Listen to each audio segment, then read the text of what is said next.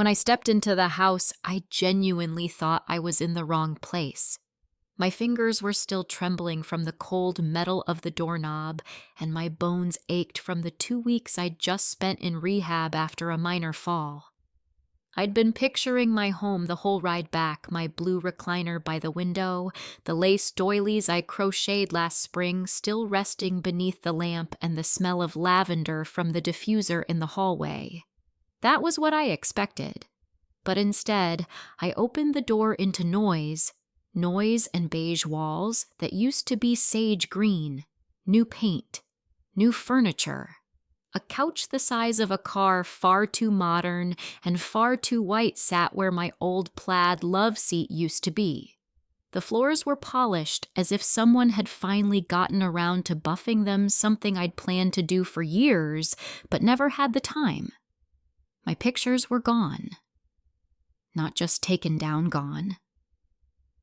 I blinked once, then again, and I remember whispering out loud, "Am I in the right house?" There was laughter coming from the kitchen, my son's voice and hers loud, unbothered, the clinking of glasses, the aroma of something unfamiliar cooking not the kind of food I ever made. For a second, I didn't move. I just stood there clutching my purse, the hospital bag slipping from my shoulder, and my feet frozen into the doormat that no longer said, "Welcome." Now it said, "Live. Laugh. Bienvenue." I stepped forward slow and careful, as if any wrong move would crack this strange new shell of my life. They didn't hear me come in. I stood in the archway between the entry hall and kitchen, and there they were, my son Adam and his wife Brittany, barefoot sipping wine and dancing to music I couldn't place. There were boxes, yes, but they were half unpacked. Her shoes were in a neat little rack by the back door, their coats already hung on my hooks. Her ceramic spoons lined my stove. It wasn't temporary. It wasn't a favor. It was a takeover. Brittany saw me first. She let out a little gasp and said, "Oh, you're back early. We thought you were getting out tomorrow." Then she smiled wide and bright like it was all good news. Adam turned to me wineglass in hand and said, "Hey, Mom, surprise? We figured it'd be easier to settle in now." Brittany's old place was getting mold in the basement, so we sold the house. Just made sense, you know. I just stared at him. At them. My mouth wouldn't form words. Not because I didn't have anything to say, but because what I was feeling couldn't be shaped into syllables yet. It was rising inside me like smoke disbelief, then betrayal, then something quieter, something worse. They hadn't asked. They hadn't called. They hadn't even waited until I was out of the hospital to decide my house was now their home. I finally found my voice. It sounded thin, like thread unraveling. "You sold your house." Adam nodded proudly. "Closed on it last week. Got a great offer, $625,000 cash. We wired it straight to Brittany's account so she could handle the budgeting stuff." She beamed. "I already ordered a new bedroom set. You'll love it. We're going with a softer theme for the upstairs." The upstairs. My bedroom, my closets, my space. I didn't respond. I just looked past them into the dining room. My dining room. The table was new, a sleek walnut thing with 6 matching chairs. The old oak table, the one my husband and I bought when Adam was born, was gone. Not stored. Gone. I don't remember walking to my room. I just remember the silence. My legs moved through the noise, but my mind was somewhere else entirely.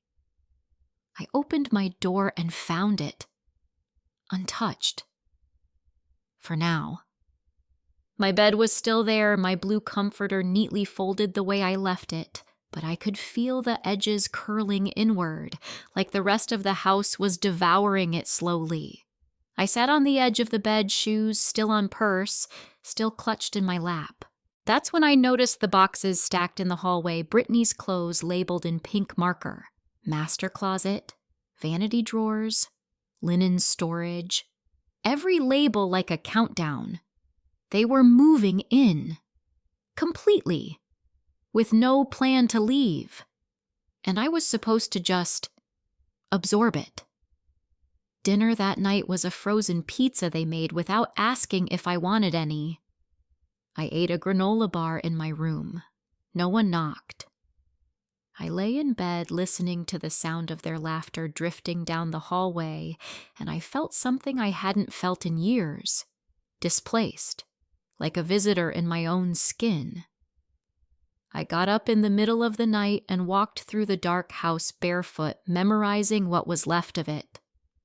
My fingers brushed the corner of the wall where Adam used to bump his head as a boy. I touched the spot on the banister that was still rough from when it cracked in 2002, and I never got around to sanding it. Those memories were mine, but they were being overwritten. In the living room, I found a note stuck to the fridge. In Brittany's handwriting, Mom's room each off limits. Respect her space. Like I was a tenant. Like I was already reduced to a side note. I tore the note down, and I stood there just breathing in the smell of someone else's candles burning in my kitchen. That was the first night I didn't sleep. There was a time when the house felt like a promise.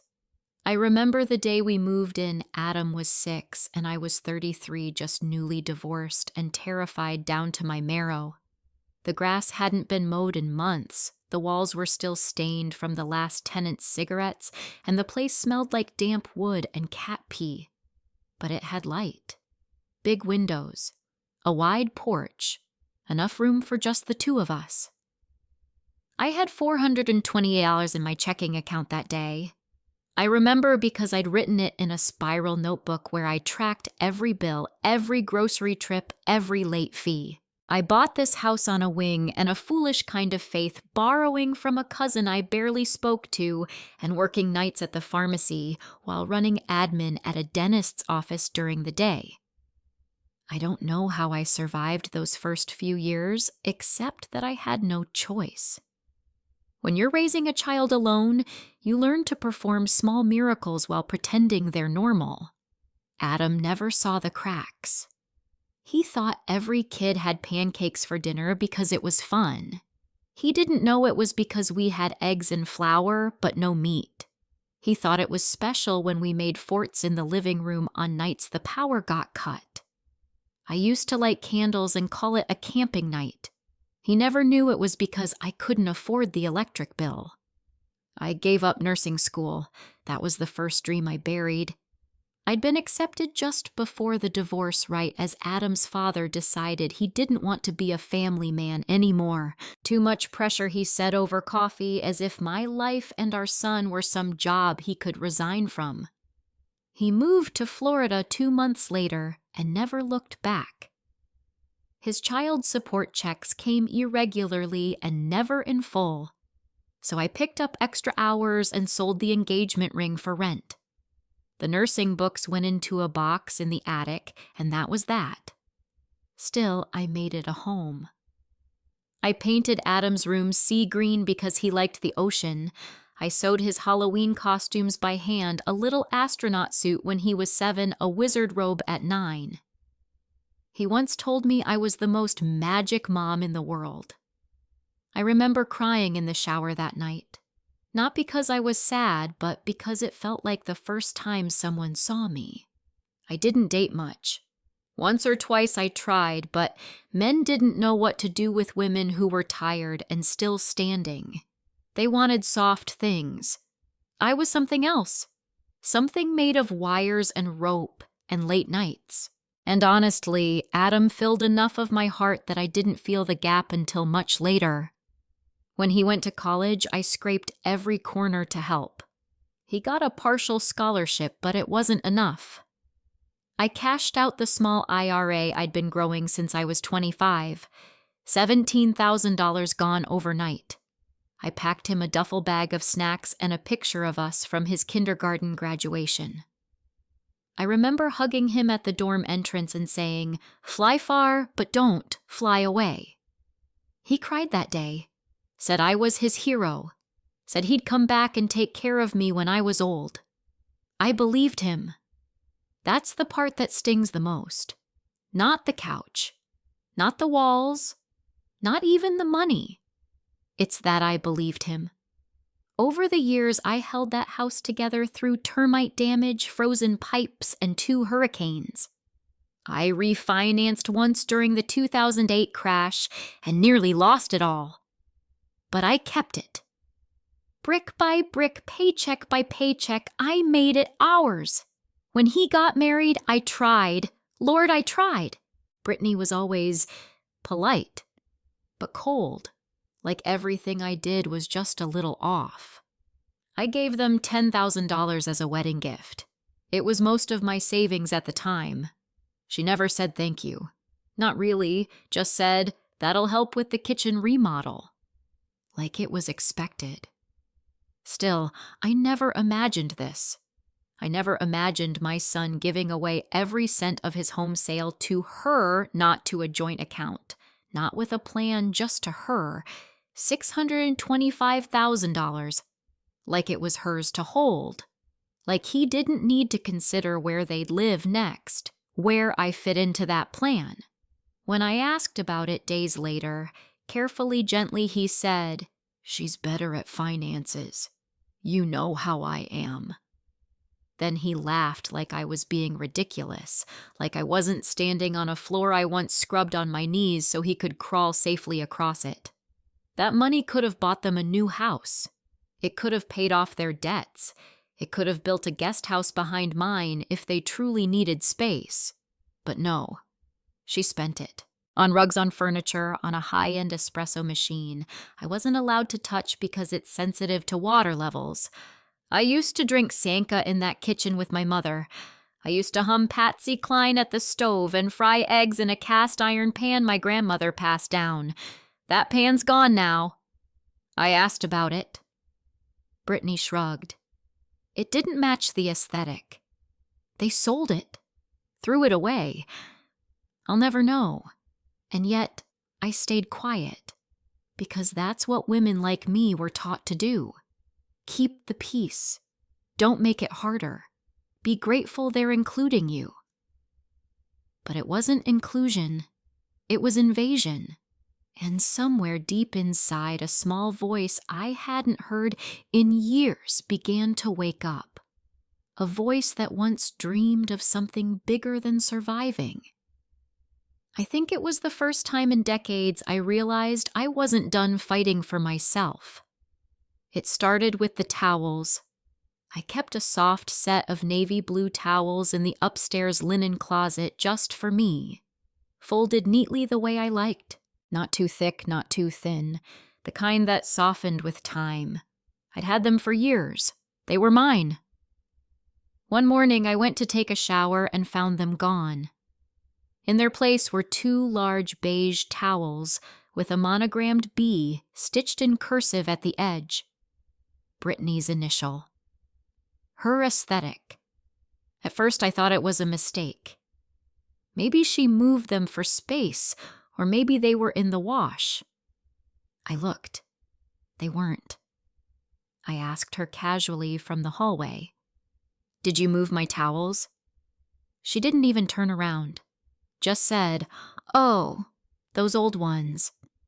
They didn't really go with the new palette. I figured you'd like the upgrade." The upgrade. I stood in that hallway barefoot, wearing my robe, my hair dripping from the shower, and I felt something tighten in my chest. Not pain, not quite anger. Just a slow closing, like a door that had been left ajar all these years was finally shutting. That week my mail started coming opened. Not torn accidentally, slit clean across the top. A bill from the water company sat in the tray with a yellow post-it on it. "Can you pay this one?" written in Brittany's handwriting. I hadn't missed a utility payment in over 30 years. I was the one who kept the lights on when Adam was a toddler, and I couldn't afford dinner and heat at the same time. Now I was being asked to chip in for my own house as if I were a guest staying too long. The fridge filled up with things I didn't eat. Kale, oat milk, tiny jars of pickled onions. There was a label on every shelf, her handwriting again, assigning sections for dinner prep snacks and bulk storage. My groceries disappeared. My decaf coffee vanished, replaced with something called organic cold brew concentrate in a glass bottle I couldn't even open. It was like the house was being repainted, repopulated, reimagined, without me in it. Adam started spending more time away. Work, he said, deadlines, late meetings. But I knew his tells. He always blinked twice when he lied, like his eyes were trying to shut it down before it reached his mouth. And he was blinking a lot. One night I came out of my room to find the thermostat set to 65. In summer. I turned it up. I get cold easily now, and the next morning there was a note taped beside it. Please don't adjust without checking. Brittany's system is sensitive to temp changes. Her system.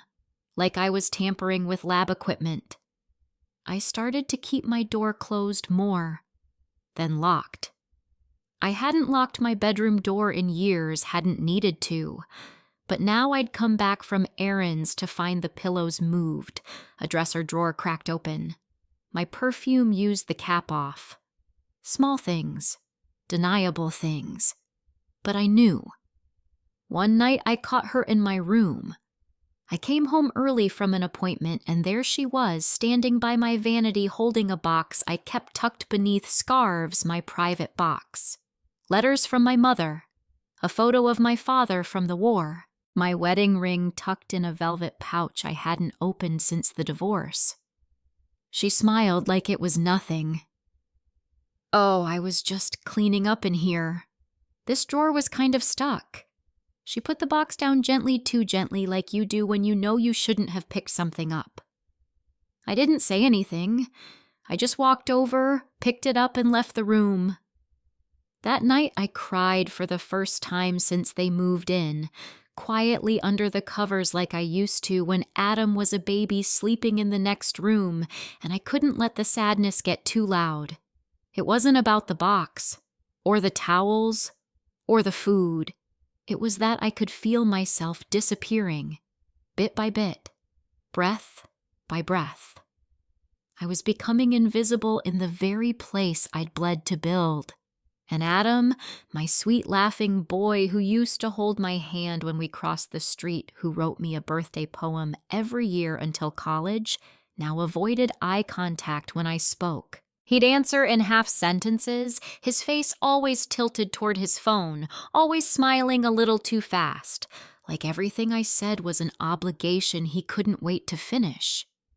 He wasn't cruel. Not exactly. Just distant. Muted. Like someone else was holding the remote and he was afraid of what would happen if he turned the volume up. I remember sitting at the dinner table one night, just the three of us. I'd made roasted chicken and sweet potatoes, something he used to love. Brittany pushed the food around her plate and said, "We really need to cut back on carbs." Adam looked at her, then at me, and said nothing. I forced a smile and took a sip of my wine. But inside, I felt a cold settle into my ribs. Not from the food, from the silence. There's a way people disappear without ever leaving. A way you can be spoken over so gently that no one hears the funeral but you. I started staying in my room more.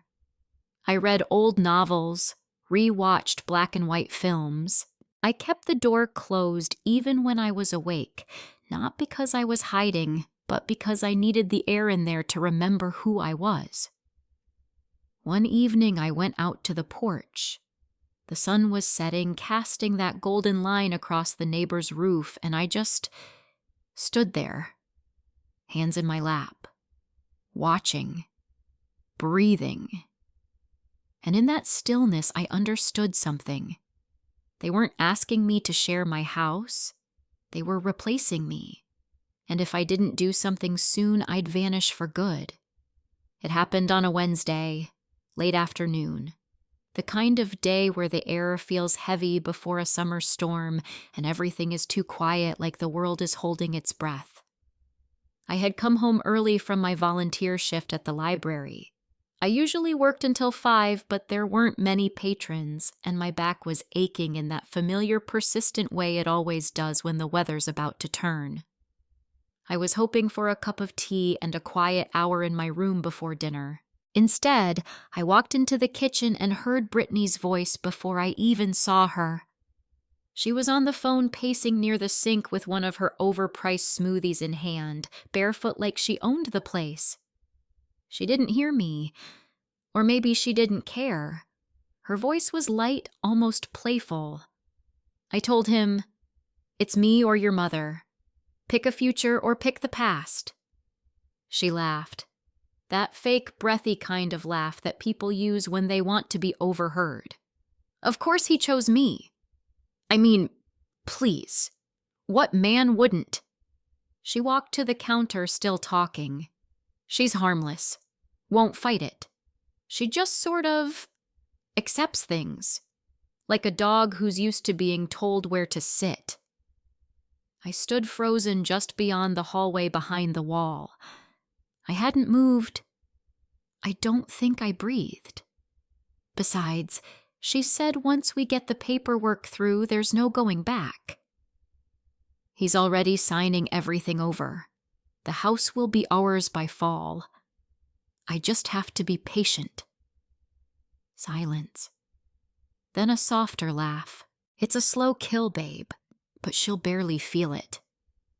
She ended the call, and I stood there, heart pounding in my ears, a bitter taste rising in the back of my throat. The room swam in a haze. I backed up slowly and went straight to my room, shutting the door with a quiet click. I sat on the edge of my bed for a long time, just staring at the floor. I felt something inside me shift, not snap exactly. Not yet, but bend. Deeply. The kind of bend that doesn't bounce back. The next day, the house was quiet again. Adam was home working from his laptop in the dining room. Brittany was out at a yoga class. I came in from the garden and found a stack of papers on the table.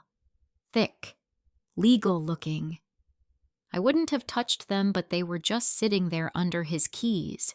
And then I saw my name. At the top of one of the documents, Refinance Agreement Primary Residence Transfer of Interest. I picked it up slowly. They were trying to refinance the house. My house. The deed was still in my name alone, always had been. But this paperwork told a different story. A proposed transfer to include Adam as a co-owner, eventually with rights of survivorship. I flipped page after page with shaking hands. My signature was missing, of course, but there were fields waiting for it. And there was Brittany's handwriting in the margins, little stars and underlines next to phrases like tax advantage and protect investment. I put the papers back exactly as I'd found them. Then I walked to the front porch and sat in my chair. And I wept. Not loud, not messy, just steady, quiet tears that came from a place far beneath anger. A place where betrayal lives without sound. I had been played, not just pushed aside, manipulated. My silence mistaken for ignorance. My grace mistaken for weakness. They hadn't planned to leave. They planned to take it all. That night, I didn't sleep. I sat at my desk with a lamp on and went through the old fireproof lockbox I kept in the back of my closet. Birth certificates, insurance, my husband's death certificate, and then the deed. The original deed signed in ink with only my name on it. I stared at it for a long time. It felt like holding a map back to myself. I made an appointment the next morning with a real estate attorney, a quiet, meticulous woman named Janine. I brought the deed. I brought the documents I'd seen on the table. I brought everything. She listened, didn't flinch, just nodded and said, "You're not too late, but you need to act now." I asked her one question. "Can they force me out?" She smiled, small, sharp. "Not unless you let them." Within 2 days, I had a cease and desist drafted to prevent any further refinancing attempts without my written consent. She filed a notice with the county recorder to freeze any title changes, and she advised me to document everything, dates, behavior, comments. So I did. Every towel, every opened envelope, every whispered phone call. I was no longer their mother or their audience. I was preparing for war. But here's the thing, I didn't yell. I didn't storm into the kitchen with fists and fire. That's what they expected. That's what would have made it easier for them to call me unstable or irrational or too old to manage property. Instead, I was silent, deliberate. I cooked dinner like normal. I asked about their days. I smiled even, because I knew what they didn't. I had the deed. I had time. And I wasn't going anywhere. It happened on a Sunday evening right after dinner. I'd made meatloaf Adam's favorite once. He barely touched it.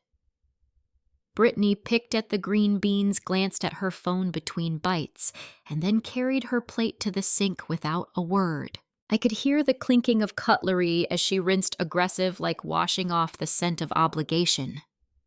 Adam stood near the fridge drinking orange juice straight from the bottle, a habit I had once gently broken when he was 12. Now he did it in front of me, indifferent. I looked at them both, the boy I raised and the woman who wore my house like a second skin, and I knew it was time.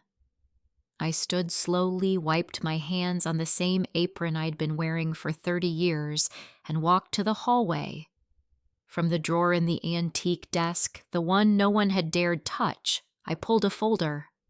Thin, crisp. Inside the original deed, notarized and intact. My name clear as ever. No co-owners. No contingencies. No rights of survivorship. I walked back into the kitchen and placed it gently on the table. Adam glanced down confused. "What's this? I didn't sit." I just stood there watching his face.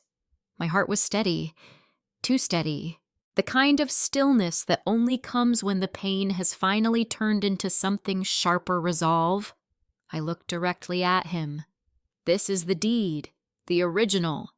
It's in my name. Only mine." He blinked. Once. Twice. His mouth opened slightly, then closed.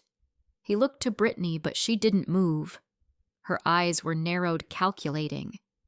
I continued. "I know about the refinancing papers. I know about the transfer you were preparing. And I know what you told your friend on the phone." Her face shifted just for a moment. Then she smiled, that thin-lipped, practiced thing she wore like lipstick. "I don't know what you think you heard, but I cut her off. Calmly. I heard enough.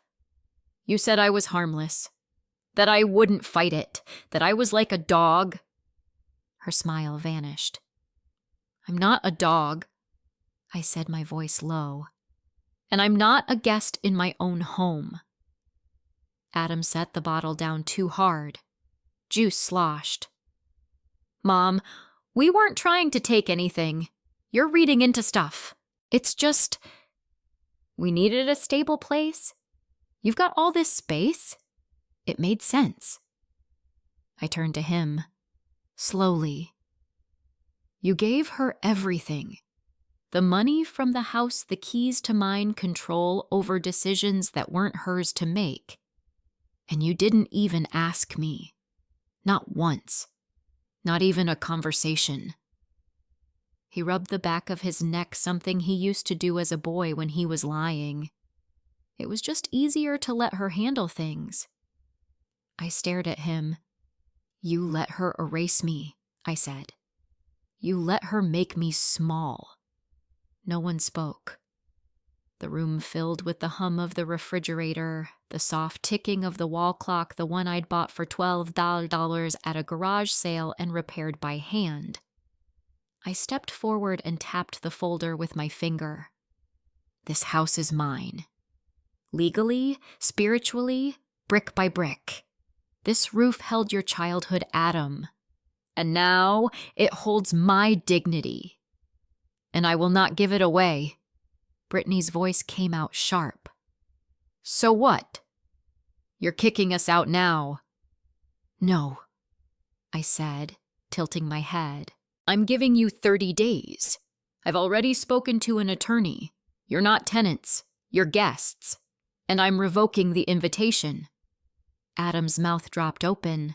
Mom, come on. You can't be serious. I looked at him, then really looked. His face older, tired, familiar, but distant. And for a flicker I saw the child who used to press dandelions into my palms and call them flowers. But he wasn't that boy anymore. And I wasn't the woman he thought he could still mute with guilt. I'm more serious than I've ever been, I said. They stood in stunned silence as I walked back to my room and closed the door. I didn't slam it. I didn't cry. I sat at my desk and wrote the official notice of revocation of implied license of occupancy, legal language, cold and dry, but it felt like poetry to me. The next morning, I left it on the kitchen table beneath a fresh mug of coffee. I made 2 more copies and mailed them certified. Over the next few days, the atmosphere in the house changed. Brittany stopped talking to me altogether. Adam lingered in the hallway like a child about to be scolded, his shoulders hunched, his eyes darting to the floor whenever we passed. But I didn't soften. I couldn't afford to. They tried once to push back. A printed article left casually on the counter about elder conservatorship, a veiled threat, a paper sword. I laughed quietly and added it to my evidence folder. Let them try. I spent those 30 days reclaiming each inch of the house like land after a flood. I pulled my grandmother's quilt out from storage and laid it back on the guest bed. I replaced the Live, Laugh, Love mat with the one Adam painted in kindergarten, half smudged but still mine. I played Patsy Cline in the kitchen louder than usual. Let them hear the ghosts coming home. And every time I passed that deed framed now on the wall above my desk, I felt something shift back into place. It wasn't revenge. It was resurrection. They left quietly. There was no final blowout, no shouting match on the porch, no slammed doors echoing down the hallway. Just absence. One morning I came into the kitchen and the air felt different, lighter. The kind of stillness that makes you stop mid-step because something is gone, and for once that absence feels like relief. I stood there for a long time, hand resting on the back of the kitchen chair, waiting for the sound of Brittany's footsteps or Adam's soft muttering into his headset. Nothing came. The espresso machine was gone. So were the jars of oat milk, the numbered spice tins, the baskets labeled Snack Zone and vitamins. The fridge was half empty, but for the small plastic container of my egg salad from 2 days ago. The scent of lavender from my old diffuser had returned faint, but steady. I walked through the house room by room. Her shoes were gone from the rack. Her prints were gone from the hallway, those geometric things that never matched the soul of the place. In the dining room, the walnut table was cleared off for the first time in months. Only a note sat there, folded neatly in half with my name on the front. I didn't open it right away. I just stood in the doorway holding it, staring at the chair where Adam used to sit as a boy, legs swinging, grinning over chocolate chip pancakes. I sat down slowly and unfolded the note. Mom, we didn't mean for things to go this way. I guess we didn't realize how much this house meant to you. Brittany thinks it's best we find our own space now. Maybe it's better this way. I'll call soon. Adam. That was it. No apology. No ownership. No mention of the money. No acknowledgement of the weeks I spent shrinking myself just to keep the peace. Just a note. I placed it beside the salt shaker and sat there for a while, tracing the edge of the table with my thumb. That table had been a battlefield in silence, an altar of unspoken tensions. Now, it was just wood again. Wood and space. I made myself my coffee. Decaf Folgers, the way I like it. I pulled out my cracked ceramic mug with the chip on the handle and carried it onto the front porch. The air was warm but not heavy. The trees shifted gently in the breeze like they knew how long I'd waited to breathe. For a few days, I moved carefully through the house, as if their absence might be temporary, like a trick of the light. But then the emptiness settled in like furniture.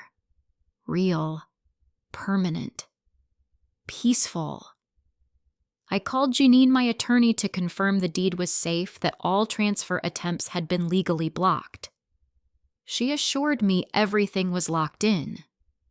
I was secure, and more than that, I was finally recognized, not just by the law, by myself. 6 months later, I sold the house. Not because they won, because I didn't want to live in a place that reminded me of how much I gave without being seen. I wanted a fresh start, not to run, but to choose. I packed only what I loved. The quilts, the books. A framed picture of Adam as a child, 5 years old in overalls with mud on his cheeks, and a grin that used to undo me. I left behind the noise, the weight, the erasure. I kept my name, my spine, my story. I bought a small cottage near the coast, tucked behind 2 rows of trees, and a white fence I painted myself. It smells like salt and jasmine, and I can hear the gulls in the morning. I planted lavender outside the window. Sometimes I still wake up expecting to hear the low hum of Brittany's blender, but the silence is sweeter now. Mine. Adam calls sometimes. Not often. Short conversations. Polite. Careful. I don't ask about her and he doesn't offer. There's distance now, like a stretch of ocean that no longer needs to be crossed. I still love him. That part hasn't died. But the version of him I raised, the one who once kissed my hand at the zoo and said I was his best friend, he's somewhere in the past now. And I've stopped trying to drag him into the present. Sometimes I think about the $625,000, what I could have done with it. What it would have meant if he'd thought to offer me even a portion, not out of obligation but recognition. But then I let the thought drift out like smoke through an open window. Because what I've gained costs more than that. My boundaries, my breath, my own home chosen by me. I walk every morning now along the boardwalk, watching the water stretch itself into sky. There's a woman at the cafe who always gives me the corner seat. I bring my notebook and write letters I'll never send. Some to Adam, some to myself back when I still whispered instead of spoke. I haven't framed the deed this time. I don't need the reminder anymore. I am the owner now of my home, my story, my name. No signatures required. It's strange how quickly a house breathes differently once the wrong people leave. The day after they moved out, I opened every window, every single one, even the attic. The air that had been heavy with coconut shampoo, passive aggression, and unspoken tension now moved freely, filling corners that had gone stale. It wasn't just about getting rid of their scent. It was about letting my house remember itself. And letting me remember too. I started in the kitchen. For the first time in months, I touched every drawer, reclaimed them one by one. I pulled out the bamboo drawer organizers Brittany had installed, the ones with her little chalkboard labels, and threw them in a box marked donation. I brought down my old mismatched mugs from the high shelf she'd called clutter and lined them up again on the open rack. I wiped the countertops, scrubbed every crevice. Not because they were dirty, she kept things clean in the cold, polished way that made you feel like a stain, but because I wanted the house to carry my fingerprints again. Then I went to the hallway. I had wallpapered that hallway myself in 1994, pale yellow with small green vines curling upward. It had faded and peeled in places, but it was still mine. Brittany had covered it up with floating canvas prints of minimalist quotes in gold foil, "Do more with less." Gratitude is everything, no bad vibes. I ripped them down. Behind one of them, I found a faint pencil mark I'd made when Adam was 7. His height. The line still faintly visible beneath the yellow vines. I touched it and felt that familiar pressure behind the eyes.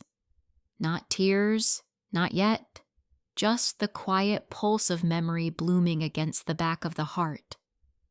I didn't cry that day, not out of pride, but because I was too busy working. Reclaiming is work. It's not dramatic. It's measured, quiet, sacred. In the guest room, I found boxes Brittany had never unpacked. Skin serums, trendy home gadgets, an unopened meditation sound machine. I placed them in the same donation pile. There was no bitterness in it, no venom.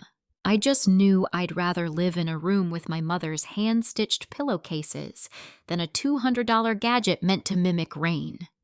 The master closet was next. She had taken most of her clothes, I could tell by the empty hangers, but she'd left a few pieces hanging as if on purpose. A silk robe, a designer coat, the kind of things that say I might be back. I packed them into a garment bag and zipped it closed. I didn't throw them away, but I didn't leave them hanging either. I moved all my things back into their rightful places. My dresses, the ones I used to wear to church or special dinners, still smelled faintly of rose water and cedar from the old sachets. I took my time folding scarves, organizing earrings, smoothing out the creases of a life that had been shoved to the side. But it wasn't just about the house, it was about the mirror. When they were living here, I stopped looking at myself. Really looking. The mirror in the hallway had been replaced by a tall, sleek thing Brittany brought in gold frame, strange lighting that made your skin look colder, harsher. I avoided it most days. I'd walk past and catch a flash of my reflection, my sagging cheeks, the tired lines near my eyes, and I'd flinch as if I were looking at someone I failed to become. But now, with that mirror gone, I hung the old one back. The oval mirror with the wooden frame Adam made in high school woodshop, still scratched at the edge, still perfect. I stood in front of it and looked at myself. Not the hair that had thinned, not the skin that had changed. I looked into my eyes, really looked. And for the first time in a long while, I saw a woman still alive inside there, still capable, still hers. That night I lit candles in the living room, real ones, not battery-powered ones Brittany insisted were safer. I played Ella Fitzgerald. I poured myself a glass of wine. I sat in my blue recliner, the one that had spent too many weeks crammed in a corner like a forgotten chair in a doctor's waiting room. I watched the flame flicker. The music moved gently through the room like an old friend returning after years apart. It wasn't a celebration, it was a homecoming.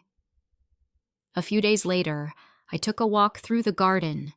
It had been overrun by her landscaping, sharp geometric sterile. I could see where she'd pulled out my lavender bush, the one I planted after Adam went to college. She said it attracted bees. I said that was the point. So I replanted it. With gloved hands and tender care, I dug a fresh hole in the soil, placed the roots in gently, and covered them up again like tucking in a child. I watered it, whispered to it, a habit my mother taught me, though I never knew why, and stood back to watch the wind play in the leaves. Adam hadn't called. Not yet. I knew he wouldn't not for a while. That part still hurt. Even after everything, I think I expected him to knock on the door, eyes filled with apology, arms ready to help clean the mess he let grow. But silence came instead, and strangely that silence gave me more room to breathe.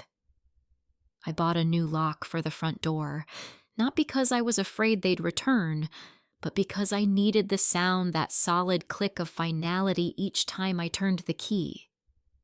I started writing again too, just small things, letters I'll never send, observations, old memories. Some days I sat on the porch with my notebook, the air heavy with gardenia and the sound of life passing gently beyond the hedges. And every so often I'd hear the creak of the floorboards, and for a half second I'd expect to see Adam again, younger, barefoot, holding his toy dinosaur, asking for pancakes. But those ghosts no longer hurt. They just remind me what I survived, what I reclaimed. I keep them in a shoebox. They're folded, neatly stacked in the order I wrote them, dated in the top right corner. Some are 2 pages long. Some are only a few sentences. Some I wrote after I woke up from dreams I couldn't shake. Others came to me mid-dishwashing or just after I closed the curtains in the living room at night. Letters to Adam. Not emails, not texts. Pen and paper. Ink that bled a little when my hand shook too much. Paper that carried the weight of everything I couldn't say out loud. I never mailed them, never meant to. But I needed a place to speak where no one could interrupt. The first one I wrote was 4 days after they left. Dear Adam, I found your dinosaur in the attic today, the green one with the chipped tail. I almost threw it away, but I couldn't. Not yet. I remember you naming him Officer Rex. You used to carry him into the bath like he was your bodyguard. You were so full of wonder back then.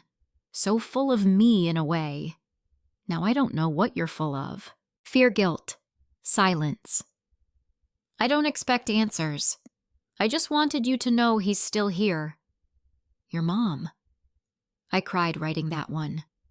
Not the kind of cry that knocks you over, the kind that leaks out in slow burning drops, each one heavier than it should be.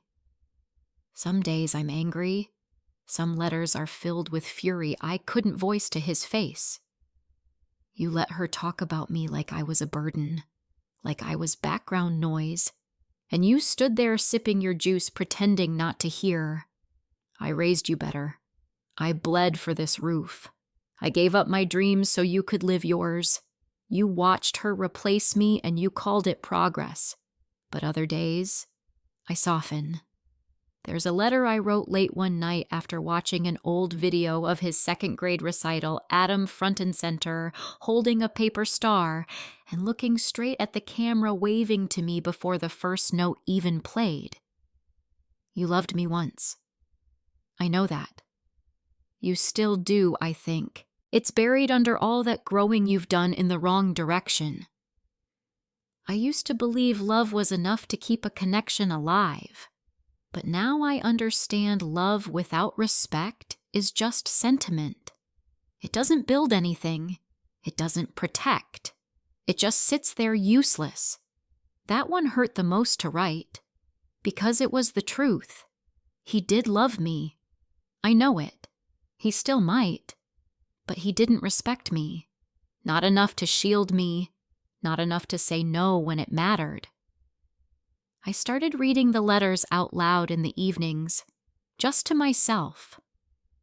Sitting in the recliner with a candle lit and the cat sleeping on the windowsill, I'd open the box and pick one at random. I never expected to find peace in my own voice, but somehow it helped. Hearing my pain spoken, not screamed, not argued, not silenced, changed something in me. It told me I was still here, still feeling, still mine. Sometimes I imagined mailing them all at once. A manila envelope thick with words, but what would it accomplish? He'd read them. Maybe. Or he'd toss them aside the way he used to with my reminders about overdue library books. He'd think she's overreacting. He always did. There was a time I would have shrunk myself in response, apologized for being sensitive, rephrased my feelings into smaller, more palatable doses. Not anymore. Now I let them stand as they are. Uneven, sharp, soft, human. I wrote one just last week after seeing a mother and son at the farmer's market. The boy looked about 10, still in that age where their love is loud and unfiltered. He reached for his mom's hand without even thinking. She smiled, tucked a strawberry behind his ear, and they laughed together. I watched them from across the stalls and felt an ache behind my ribs. That night I wrote, "There's a version of you I still miss. The one with grass stains on your jeans and jam on your chin. The one who thought I was the whole world." That version's gone now. I know. But sometimes when the wind moves a certain way or a song from your childhood comes on the radio, I swear he's just in the next room, waiting to come home. Those are the letters I reread the most. I don't know if I'll ever give them to him. Maybe someday when I'm gone, someone will find the box and hand it to him. Maybe he'll read them in a single sitting face, pale eyes wide, regret blooming too late. Or maybe he'll never read them at all. But it doesn't matter now. The act of writing them was never about him. It was about reclaiming the part of me that still needed to be heard. Every woman I've ever known has carried a box like this. Some literal, some metaphorical. A collection of unsent truths. Things they dared to say only in ink. And somewhere in the doing, we begin to heal, not because the other person finally understands, but because we finally stop waiting for them to. The letters are mine, and so is the silence that follows them. I waited 3 weeks before I let myself check the call log again. Not for any logical reason, just habit. Just that same old whisper of hope that maybe this time he'd try. Maybe he'd dial my number late at night when the house was quiet and his wife wasn't listening. Maybe he'd remember the sound of my voice without bitterness, without shame. Maybe he'd want his mother back. But the screen was blank. Not missed, not declined, not even a wrong number from a town he once lived in. Just silence. A silence so full it started to hum. In the past, I'd have broken first. I always did.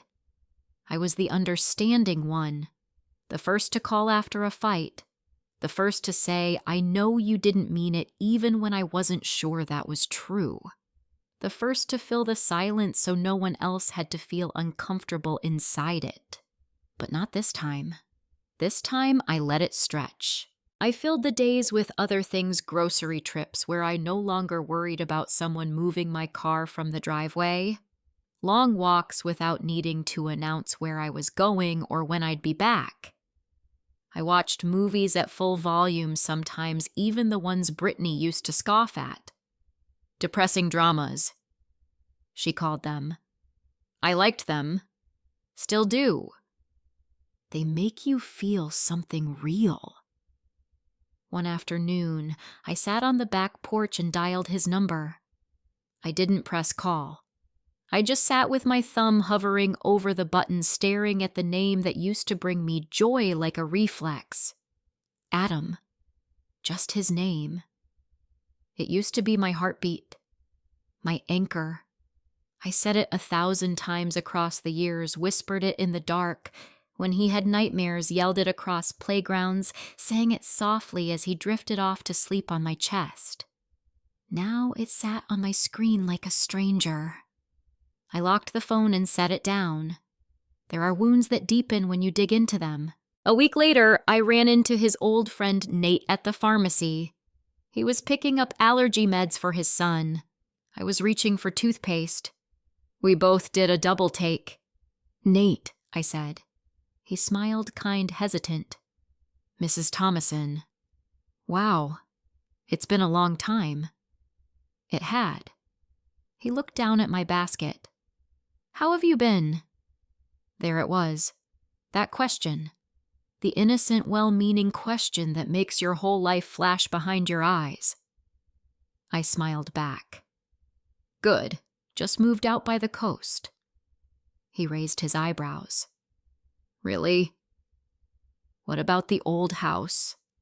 I paused, then said, "Let it go. Needed a change." He nodded. "I get that. Adam mentioned something about moving, said things were tight." That word caught me. Tight. I didn't ask what he meant. I didn't want to know. Not really. Whether it was money or marriage or guilt, none of it was mine to untangle anymore. Still, Nate kept going. "He talks about you, you know. Said you were strong as hell. Said you practically built that house with your bare hands." I felt something shift in my chest. A small tremor, the kind that comes before grief or before laughter. You never know which until it's too late. "He said that," I asked. Nate nodded. "Yeah. I think he's just figuring stuff out." I didn't reply, just placed the toothpaste in my basket and said, "Tell your wife I said hello." We parted there in aisle 3 next to the mouthwash. That night I sat at the table and stared at the wall, wondering what kind of man says his mother is strong and then sells her out in silence. Wondering how much of what we say about the people we hurt is just us trying to wash the blood off our hands. I poured myself a glass of wine and pulled out another sheet of paper. "Dear Adam, I saw Nate today. He said you talk about me like I'm strong, like I mattered. I don't know if that makes it better or worse. Maybe one day when you're a father, if you ever are, you'll understand what it means to give everything and be left with silence. I hope you're learning. I hope you're becoming something better than what you allowed yourself to be in my home. I hope more than anything that you remember who you used to be, not for me. For you." I folded the letter and slid it into the box. It's strange what silence teaches you. At first it feels like punishment. Then it starts to feel like protection. You realize how many conversations were really just you talking to a wall. How often you softened your voice so someone else could stay comfortable. I stopped waiting for the call. I stopped checking the log. I bought a new phone and didn't transfer all my contacts. I kept his number, but I moved it to a file named Closed. Just one more room in the house I no longer live in. Just one more drawer I stopped opening. Because sometimes dignity means giving up the hope that someone will explain themselves. Sometimes it means choosing your own silence over theirs. Letting the ache turn into distance. Letting the memory flatten like a path you no longer walk. And in that quiet, I heard something else. My own voice. Unafraid. There's this idea people have that forgiveness is some kind of absolution. That if you say the words, "I forgive you," the pain shrinks, the scar fades, the world rights itself again. It doesn't. At least not for me. Forgiveness in the way I was taught, it felt like surrender. Like giving someone a soft place to land after they pushed you off the edge. Like clearing their conscience while you're still sweeping up glass in your own chest. I used to do that.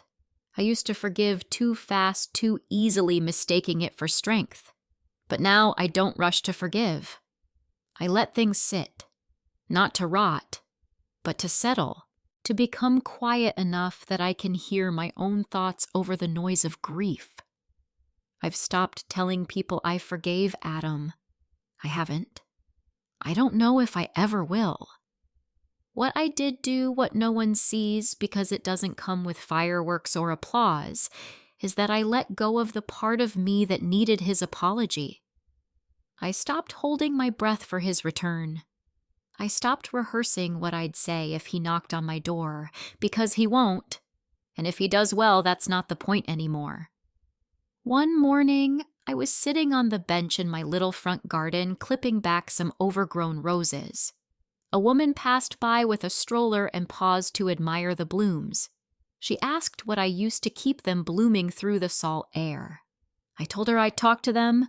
She laughed, unsure if I was joking. I wasn't. They bloom better when I do.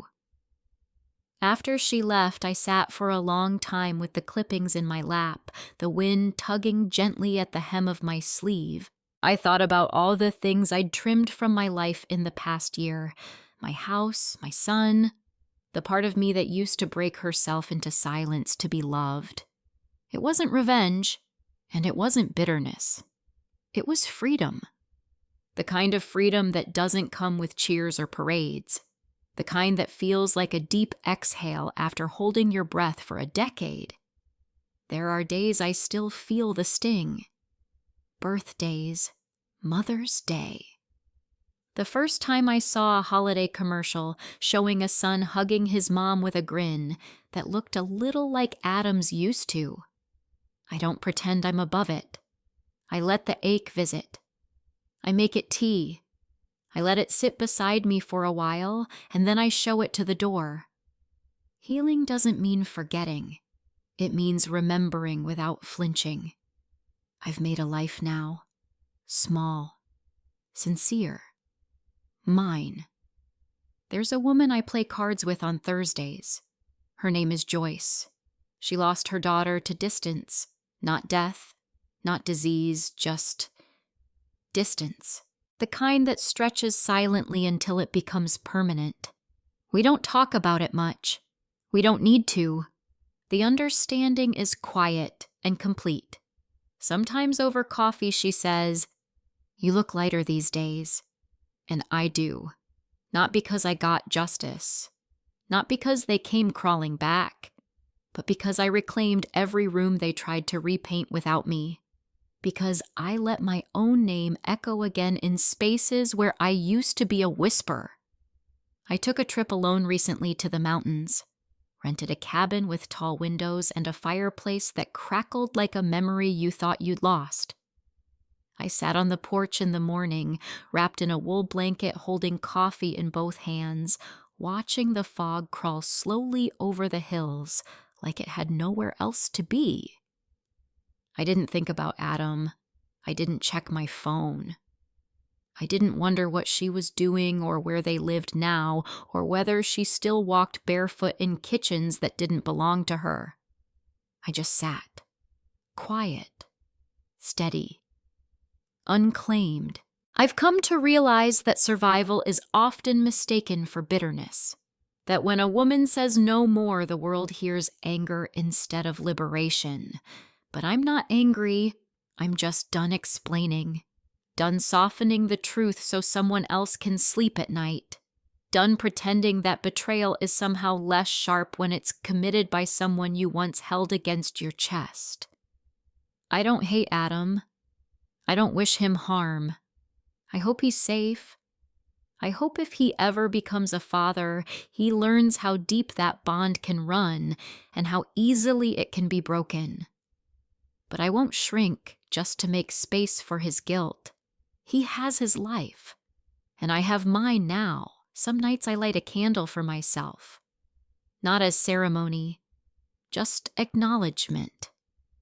I made it through, not untouched, not unchanged, but whole in ways I never thought I could be again. And that is enough. The last box I unpacked wasn't labeled. No marker, no tape. Just a plain worn cardboard cube that had sat under my bed for over a decade, moving with me from closet to attic, always untouched. I opened it on a Sunday morning. Rain tapping the windows, the kind of slow, steady rhythm that makes you believe time is folding over itself just for you.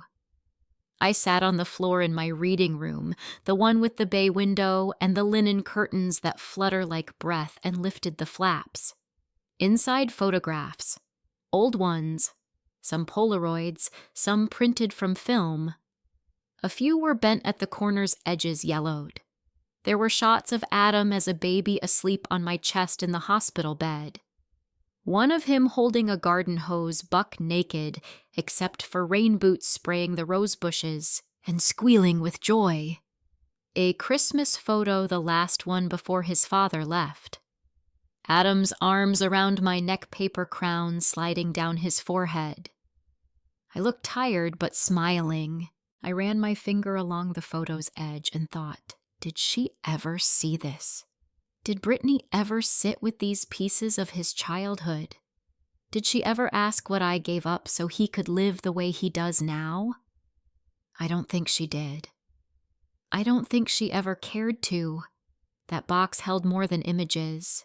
It held proof of who I was before they tried to write me out, of what I carried silently without thanks, of how fiercely I had loved. But it wasn't just a history lesson. It was a mirror. For the first time, I looked at those pictures and saw a woman who was worthy, not because she did it all without breaking, but because she did it all while breaking and still kept going. I began to build something new out of that, a legacy. Not for Adam, not anymore. For me. I started writing again. Not just letters, stories, fragments of my life I'd never shared, never even dared to think mattered. The time I helped a woman give birth in a parking lot when I was 26 and working as a grocery store cashier. The day I turned down a marriage proposal because I knew he only loved how quiet I was. The moment I realized I would never return to nursing school, and the peace that eventually came from accepting that choice. I wrote every morning at the same small desk where I used to balance a checkbook with pennies to spare. Now it held journals, pens, memories inked in truth. I thought about what I wanted to leave behind, and for the first time in years, I didn't think in terms of who will inherit what. I thought, what story will I tell of myself before anyone else tries to tell it for me? Because that's what Brittany tried to do. What Adam let her do. They tried to narrate over me to make me a background character in a house I built. But the truth, I am the headline. I am the full page. One night, Joyce, my card-playing friend, invited me to her church book club. I almost declined. But something nudged me forward. Maybe curiosity. Maybe the quiet hope that I wasn't entirely alone in this strange, invisible category of women who'd been both mother and afterthought. There were 8 of us, all older women, seated around a long table with teacups and lemon bars. We talked about the book for 20 minutes. Then someone mentioned sons, and the room went still. Not cold, not awkward, just quiet in a knowing kind of way. I haven't heard from mine in over a year, said Marla, folding her napkin slowly. Mine only calls when he needs something, he said. Jan, her voice tight. And then it poured out, not just the stories of distance, but the recognition that we'd all been expected to give without needing to shrink, without protest to be available, without acknowledgement. I didn't share right away. I just listened. Let their words stitch something back together inside me. Something I hadn't realized was still unraveling. Then I said, "They lived in my house for 4 months. Tried to take it from me." I didn't yell. I got a lawyer. There were a few gasps, a few nods. One woman said, "Good." Just that. Good. As if she'd been waiting her whole life to hear someone say it out loud, that it's not shameful to fight for yourself, that it doesn't make you bitter or cruel or broken. It just makes you sovereign. That night I walked home under a pale sky and thought, this is what legacy looks like now. Not perfect children, not empty sacrifice, but truth, witness, refusal to disappear. I've thought about changing my will. Not to punish Adam, I'm past that. But to be honest about who stood with me when I needed someone, honest about what mattered. I called Janine and asked about charitable trusts. She said we could set something in my name. Something small maybe for women rebuilding after divorce or mothers raising children alone. We're still working out the details, but I smile every time I think about it. Because that's something Brittany can't erase. That's a name she can't scrub off a mailbox or paint over with beige. That's a woman she'll never understand. And that's fine. I didn't build this life for her. Or for him. I built it for me. I didn't see Adam again until nearly a year after they left. It was a Tuesday, gray skies mist hanging low over the trees. I had gone to the city to renew my driver's license. The line was long as usual, and I stood there behind an elderly man with a cane and a mother wrangling twin toddlers. I kept checking the clock. Not impatient, just alert. The way you get when you've trained yourself to stay small in public. I was turning toward the photo counter when I saw him. Adam. At first I wasn't sure. He looked older, paler, tired in the way a soul tires when it's been bending too long to please the wrong person. His beard had filled in. His shoulders slumped a little more than I remembered. He was alone. He didn't see me at first. He was scanning paperwork, talking softly to a woman behind the desk. I could see his hands still fidgeting the way he did as a boy. His mouth moved, but I couldn't hear the words. And suddenly, I didn't want to. Not because I was angry, but because I knew the shape of them already. Explanations, excuses, maybe even a soft attempt at guilt. I turned my head away, but just as I did, he looked up, and our eyes met. I'll never forget that exact moment, the way his expression changed. A flicker of something. Recognition, yes, but behind it, hesitation. Not joy, not even regret. Just a strange, distant knowing. He didn't move. Neither did I. We stood maybe 20 feet apart, strangers in a room filled with other strangers, pretending not to notice how deep the water was between us. And then he nodded, just once, small, respectful, like a gesture you give to someone at a gravesite. I didn't nod back, not because I didn't care, but because the moment didn't belong to me. It was his to carry. I turned to took my number and walked to the other side of the building, sat in the hard plastic chair and stared at the overhead lights until they called me forward. By the time I was done, he was gone. I walked outside into a drizzle so fine it felt like silk on my face. I didn't cry. I didn't shake. I just breathed. That's when I knew something had changed. Really changed. A year earlier, that encounter would have crushed me. I would have replayed it for days. Asked myself if I should have said something, reached out, softened the edge. But now I felt something close to peace. Not closure, I don't believe in that anymore, but completion. a chapter ending without punctuation. That night, I wrote no letter. Instead, I lit a candle and placed it by the window. Not for him, for me. A small ritual. A quiet signal to the woman I used to be, the one who stayed silent too long, who carried the weight of other people's comfort on her back, that she could finally rest. I walked through the house touching old doorknobs and familiar banisters, remembering how many times I'd nearly given this all away without knowing. How close I'd come to becoming a shadow in my own life. I stood at the front door, ran my hand along the smooth edge, turned the new lock firm and final. I had once imagined my life would end surrounded by family, my son's children running barefoot through my hallways, stories passed down in the kitchen over pies, and soft laughter. That version is gone now. Not with bitterness, just honesty. The family I dreamed of was not the one I raised, and I don't owe my suffering a stage. That door closed long before I turned the key. Now the life I have is smaller, quieter, but every inch of it is mine. I make breakfast and leave the dishes until noon. I let the dog nap on the couch, though I never allowed that before. I reread old books without guilt. I take photos of my garden and frame them. I laugh louder. I take naps without apology. There are people who think survival means bouncing back, smiling again, reconnecting, rebuilding.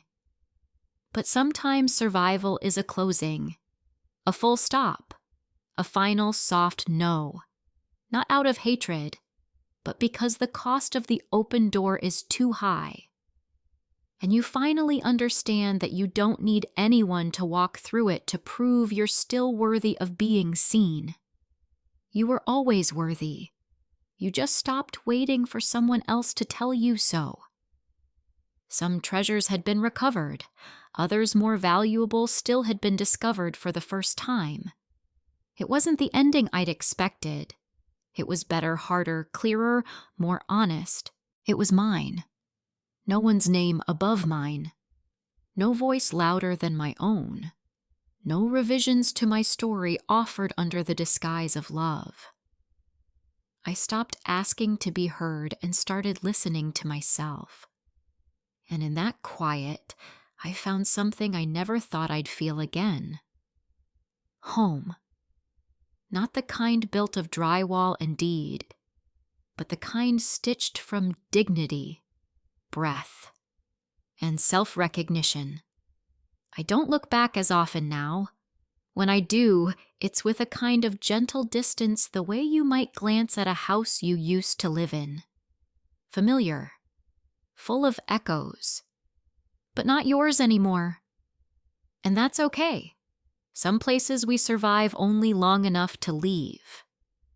And what we carry forward, that's the legacy. Mine is not built on forgiveness. It's built on reclamation. And love, not the kind that waits to be earned, but the kind that rises from within, soft and unshakable.